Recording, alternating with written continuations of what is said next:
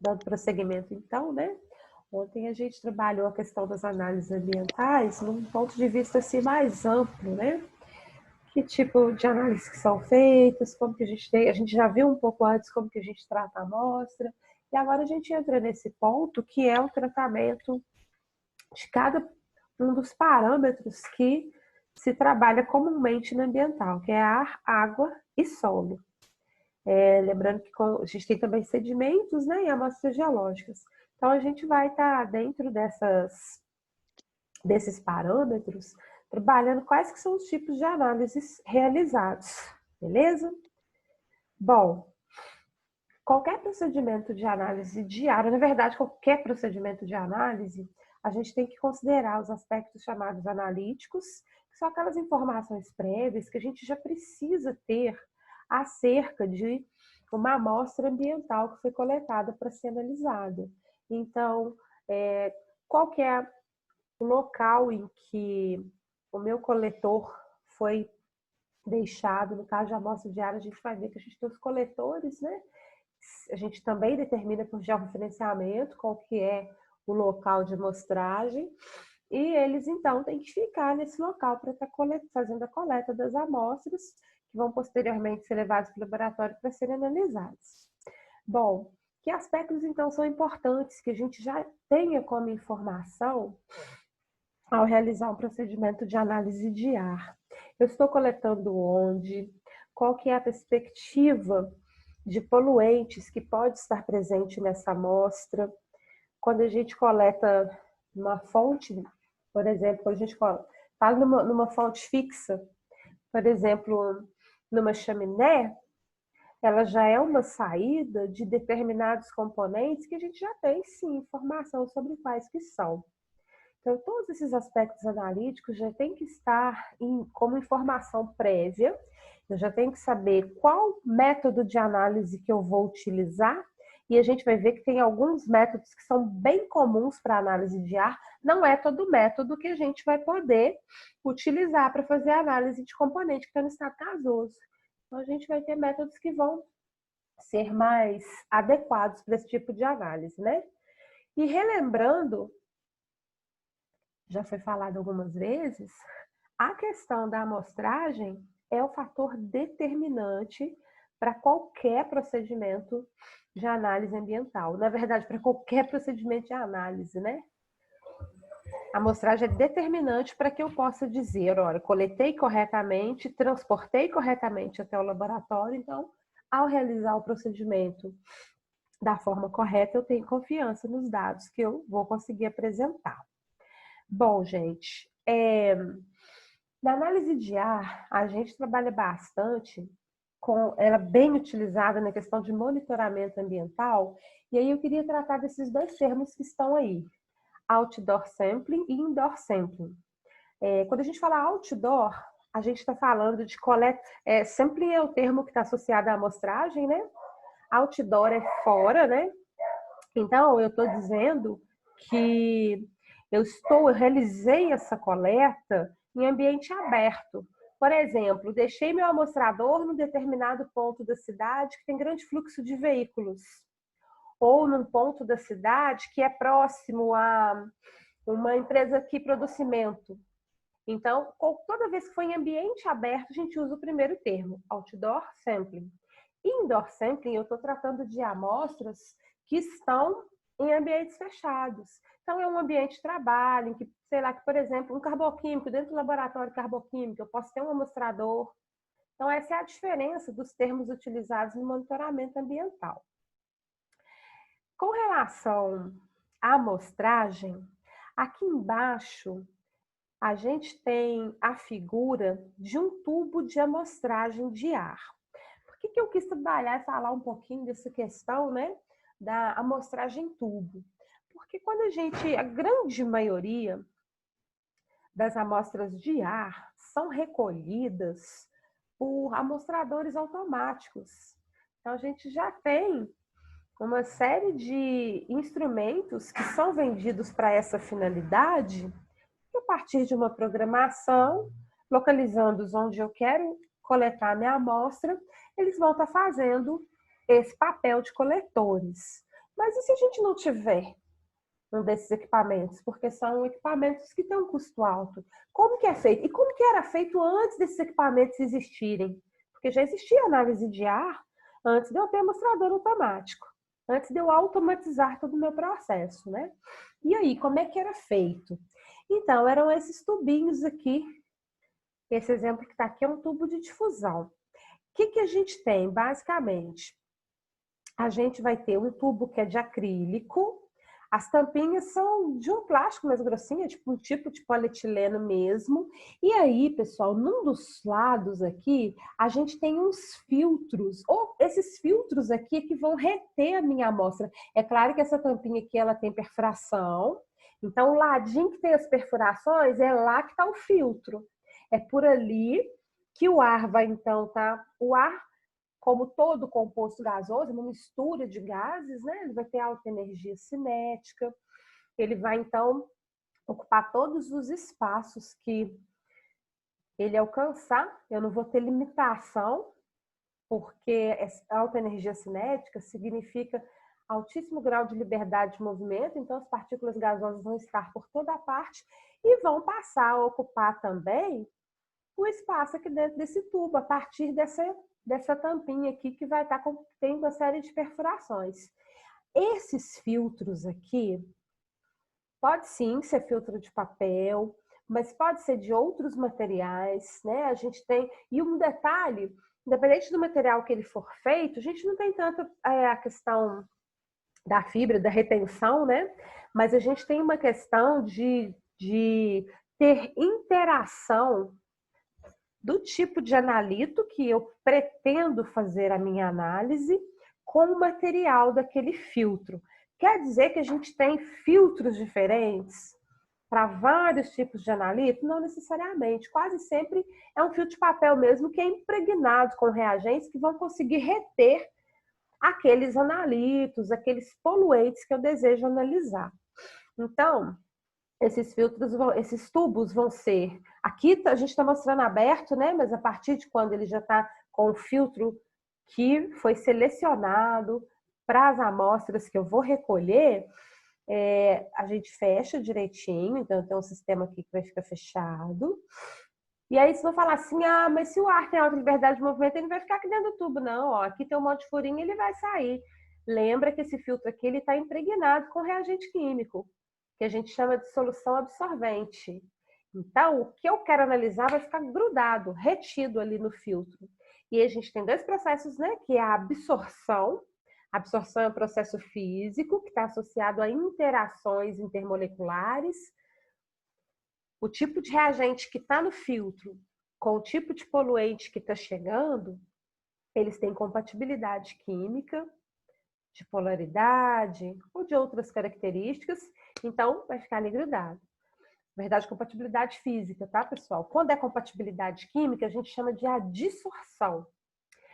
Bom, de imediato, a gente vai pensar assim, eu vou usar sempre um tipo de adsorvente que tenha interação química, mas não necessariamente, porque lembra que depois a gente vai ter um procedimento lá no laboratório para recolher esse material que ficou retido aqui para analisar só o material. O filtro não é material de interesse para mim, só analito, tá bom? Aí vamos ver agora como que seria um procedimento. Estou colocando geral, pessoal, porque quando a gente vai trabalhar com as amostras específicas, aí é que a gente vai trabalhando com as especificidades. Mas quando eu coloco procedimento geral, eu fui citando quais que são os materiais utilizados. E aí eles vão ser utilizados conforme o tipo de analito que eu estiver trabalhando ali naquele momento. Então, o procedimento geral para amostragem é primeiro a retenção do meu analito. Se for no tubo mostrado no slide anterior, essa retenção, ela vai depender então daquele filtro. É bem comum em análise de amostra de ar, os meus analitos estarem muito pouco concentrados. Eu tenho uma diluição absurda, eu tenho pouquinho. Olha CO, por exemplo, que a gente determina ppm. Então, podem ser necessárias realização de procedimentos que vão levar à pré-concentração desses analitos. E aí, a gente não pode esquecer que o analito ficou grudado, ele está impregnado. Então, eu vou precisar de algum procedimento de extração ou de dessorção. Dessorção é quando ele está realmente ali sorvido mesmo, né? Os termos são diferentes conforme a impregnação tiver acontecido. Bom, aí eu dei uma separadinha, né? Retenção. Retenção é quando a gente vai utilizar ali um determinado tipo de filtro que nós vamos chamar tecnicamente de suportes de sorção.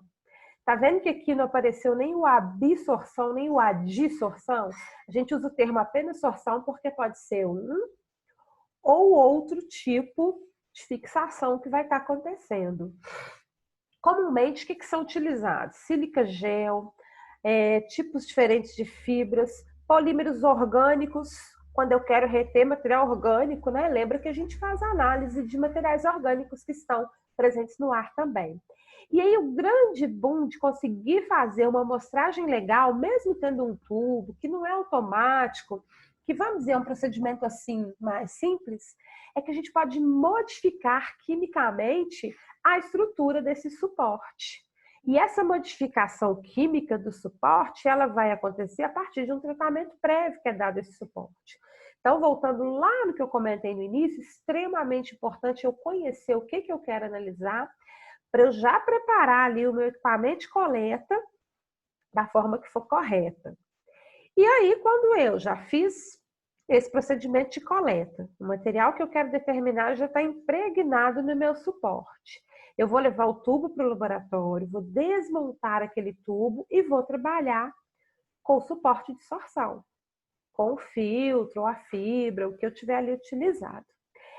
Bom, só que eu preciso analisar apenas o poluente que ficou ali impregnado. Para isso, eu vou ter que extrair ou dessorver esse poluente.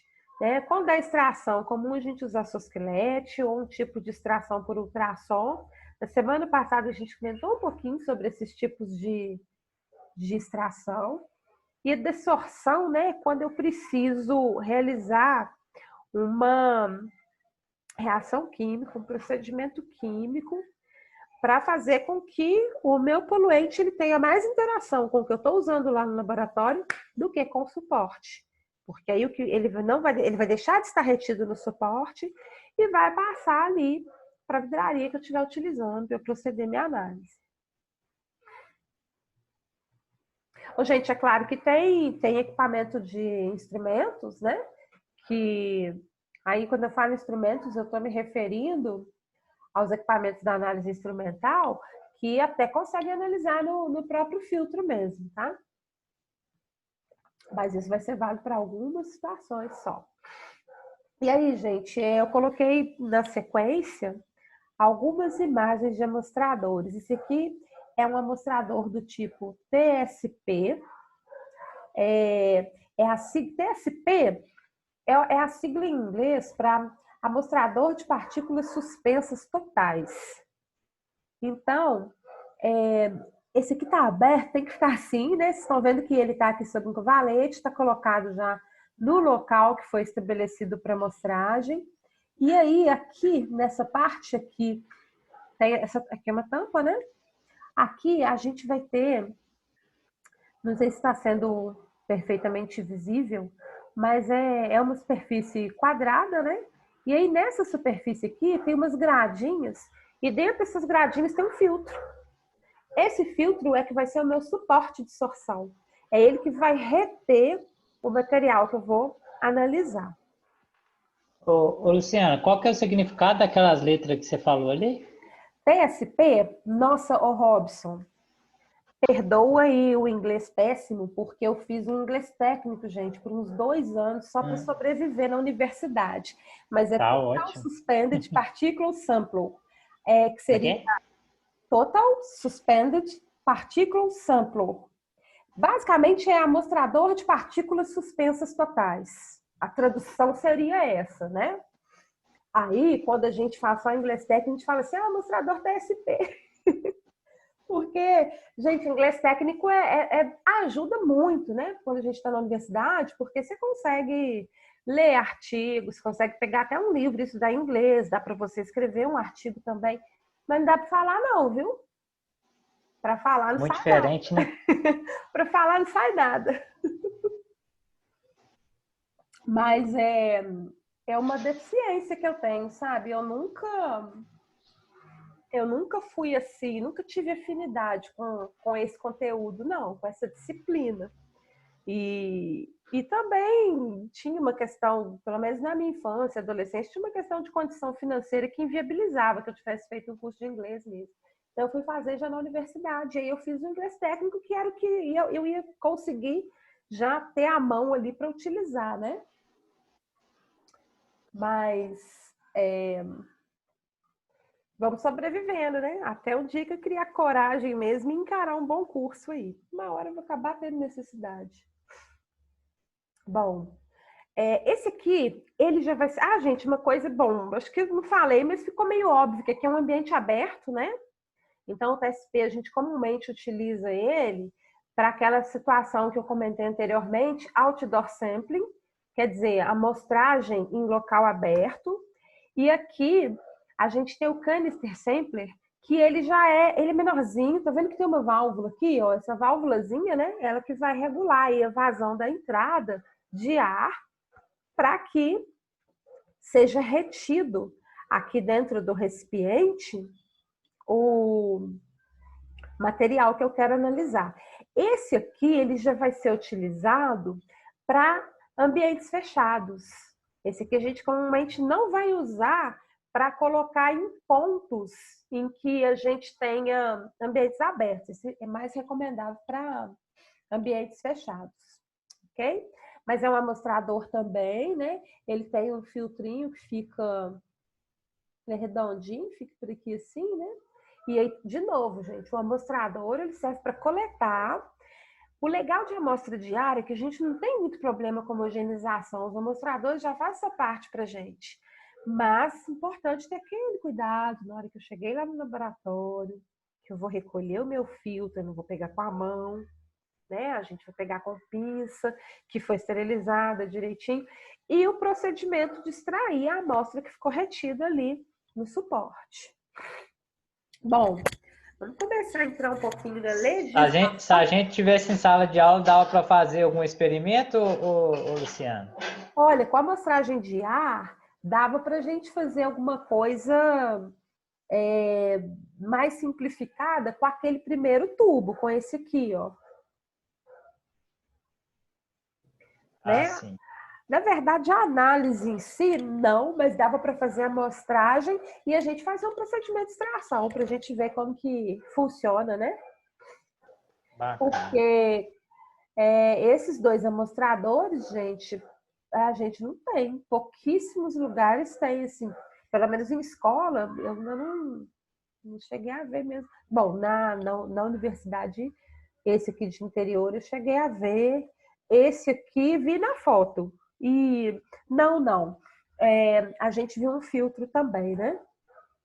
Bom, a gente vai começar a trabalhar um pouquinho, vai ter que caminhar um pouquinho junto com a questão da legislação, até porque é a partir dela que são determinados qual procedimento que eu vou fazer para analisar minhas amostras. Né? Isso não é definido aleatoriamente, não. Então, o que a gente tem enquanto legislação que diz respeito à qualidade do ar é a resolução CONAMA 003 de 90, que fica bem focada em dois padrões para determinar a qualidade do ar, que é saúde da população e danos à fauna e à flora. Então, gente, essa situação de avaliar-se e cobrar-se em termos legais esses padrões de qualidade do ar, ela surge a partir de quando, no nosso país ela surge, na verdade nos outros também, né?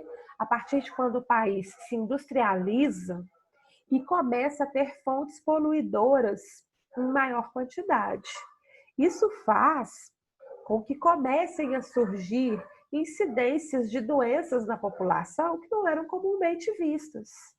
Só a partir de quando já se tem uma certa quantidade de casos de problemas de saúde que tem esse olhar diferenciado para a questão da poluição no geral e também da poluição do ar.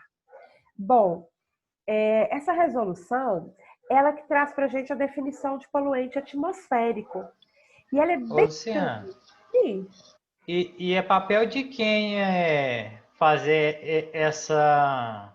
Como é que eu vou falar? Essa coleta de poluente, tipo assim, para ter um controle Sim, existem do ar. são as secretarias estaduais de meio ambiente, né? No estado de São Paulo, a Secretaria Estadual de Meio Ambiente, ela tem, pode dizer, uma instituição que trabalha só com isso, que é a CETESB, mas no geral são as secretarias estaduais de meio ambiente. Elas têm recolhimento. Ô, Robson, quando é de poluição urbana, só nos grandes centros que é feito. Não tem muito. Então, mas aí é de responsabilidade das empresas fazer isso aí? Sim, tem, a legislação estabelece que cada empresa tem que fazer o seu e apresentar esses resultados. Ah, Mas, tá. por exemplo, se você pensar assim, tá aí no, sei lá, aí no centro de Belo Horizonte, quem que é obrigado a fazer? Então, na verdade, está distribuído nos três poderes, federal, estadual e municipal. O que as secretarias estaduais fazem são convênios com as universidades para que, em geral, as grandes universidades coletem, mas aí é um convênio. Quem está gerenciando, gestando todo esse processo é a Secretaria Estadual de Meio Ambiente. Mas quem vai lá, faz a coleta, faz a análise e apresenta os dados costuma ser a universidade.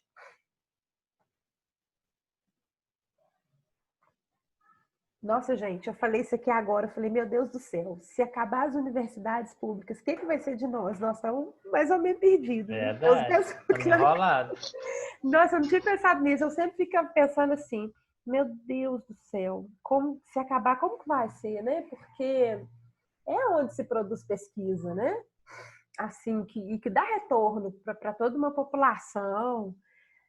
Aí agora eu falei isso aqui, falei, meu Deus, ainda tem todo um trabalho que é feito. Você tem uma ideia, gente, combustíveis, avaliação de qualidade de combustíveis, para pegar as teias de operação, é convênio do governo federal com a universidade também.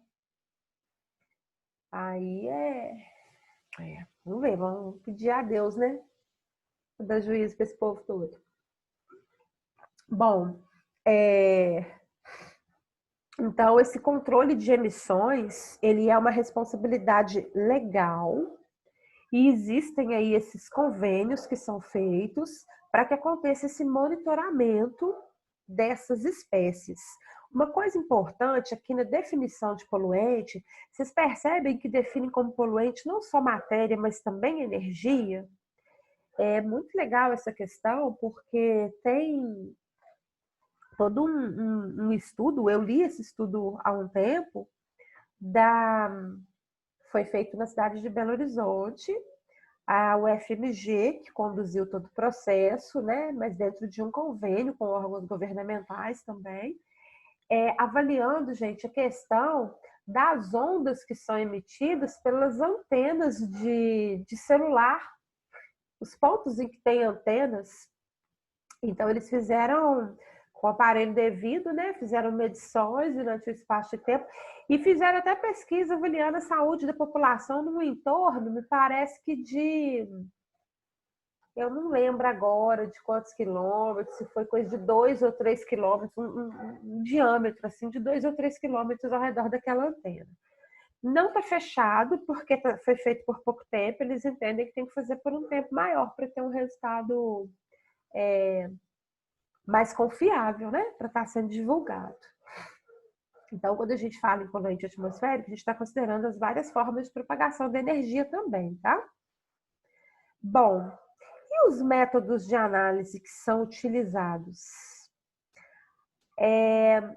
Aqui faltou cromatografia. Nossa, gente, cromatografia gasosa é uma bênção para fazer, mas eu acabei não colocando, vou até acrescentar. Mas vamos lá. Espectrofotometria no ultravioleta e no visível, Que técnica que é essa? Eu preciso, depois que eu conseguir ali extrair a minha amostra do meu suporte de sorção, eu preciso reagir a essa amostra com algum tipo de reagente que faça com que ela apresente cor. Por isso que aqui entre parênteses tem o termo colorimetria. É o seguinte, quando eu tenho essa amostra colorida, ela vai conseguir, a gente vai acoplá-la, acondicioná-la lá numa cubeta, limpar a cubeta direitinho, só pode ter a amostra dentro, se molhar do lado de fora interfere na passagem da luz. Quando a luz passar, parte da luz vai ser absorvida e parte da luz vai continuar o seu caminho e o aparelho consegue avaliar a quantidade de material a partir dessa absorção da luz, né? Espectrofotometria pode ser feita também no infravermelho. Infravermelho, em geral, a gente utiliza quando se trabalha com materiais orgânicos. Aí eu já não preciso da questão da cor na minha solução, porque aqui lê no ultravioleta, né? Então, um pouquinho diferente. Difração de raio-x. Na difração de raio-x eu não preciso levar necessariamente a amostra para o estado líquido, né? Raio-x trabalha com sólido.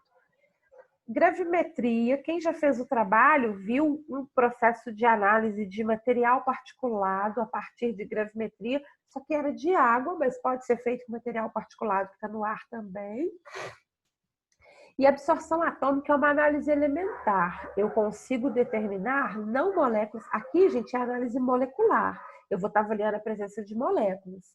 Que molecular, o raio-x, em geral, ele já vai pegar também elementos, né? A gravimetria também, ela pega moléculas.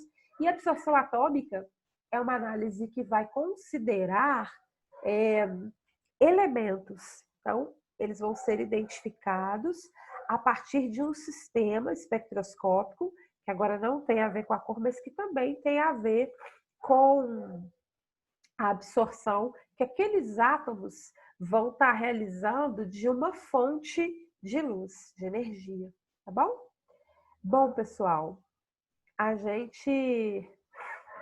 o conteúdo de análise de ar, né, esse resumo, essa ideia de como que acontece, a gente encerra aqui. Lembrando que esses métodos de análise recomendados são muito utilizados também porque não exigem equipamentos que tenham um custo alto. Aí, até que a difração já é um equipamento um pouco mais caro, né?